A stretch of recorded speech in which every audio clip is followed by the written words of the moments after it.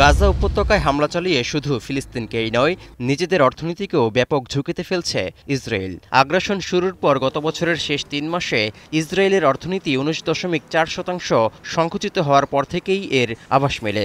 এবার বছরে প্রায় $৭০০ কোটি মার্কিন ডলারের বেশি বাণিজ্য সম্পর্ক থাকা দেশ তুর্কির সঙ্গে বৈরিতা পৌঁছেছে চরম পর্যায়ে। গাজায় হত্যাযজ্ঞ বন্ধ না করায় হঠাৎ করে ইসরায়েলের সঙ্গে সব ধরনের বাণিজ্য সম্পর্ক বন্ধ করে দিয়েছে তুর্কি। যতক্ষণ পর্যন্ত ইসরায়েল গাজায় সহিংসতা বন্ধ না করবে এবং নিরবিচ্ছিন্ন ও পর্যাপ্ত ত্রাণ সরবরাহে অনুমতি না দেবে, ততক্ষণ সব বাণিজ্য স্থগিত অবস্থায় থাকবে বলে জানিয়েছে দেশটির বাণিজ্য মন্ত্রণালয়। সামাজিক যোগাযোগ মাধ্যম এক্সে দেয়া এক পোস্টে অভিযোগ করে ইসরায়েলের পররাষ্ট্রমন্ত্রী বলেন, পণ্য আমদানি রপ্তানি বন্ধ করে দিয়ে বাণিজ্য চুক্তি ভঙ্গ করেছেন তুর্কির প্রেসিডেন্ট রিসেপ তাইয়েপ এরদোয়ান।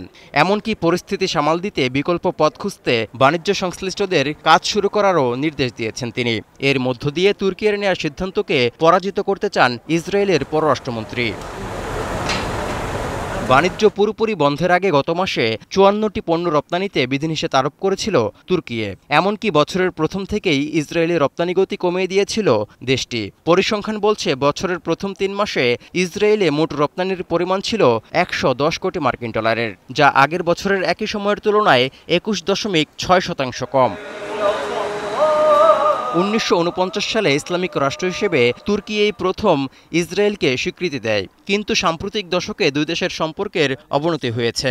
গত বছরের ৭ অক্টোবর গাজায় ইসরায়েলের হামলার পর দেশটির কঠোর সমালোচক হয়ে উঠেছেন এরদোয়ান। তৌহিদুর রহমান, এখন বিশ্ব।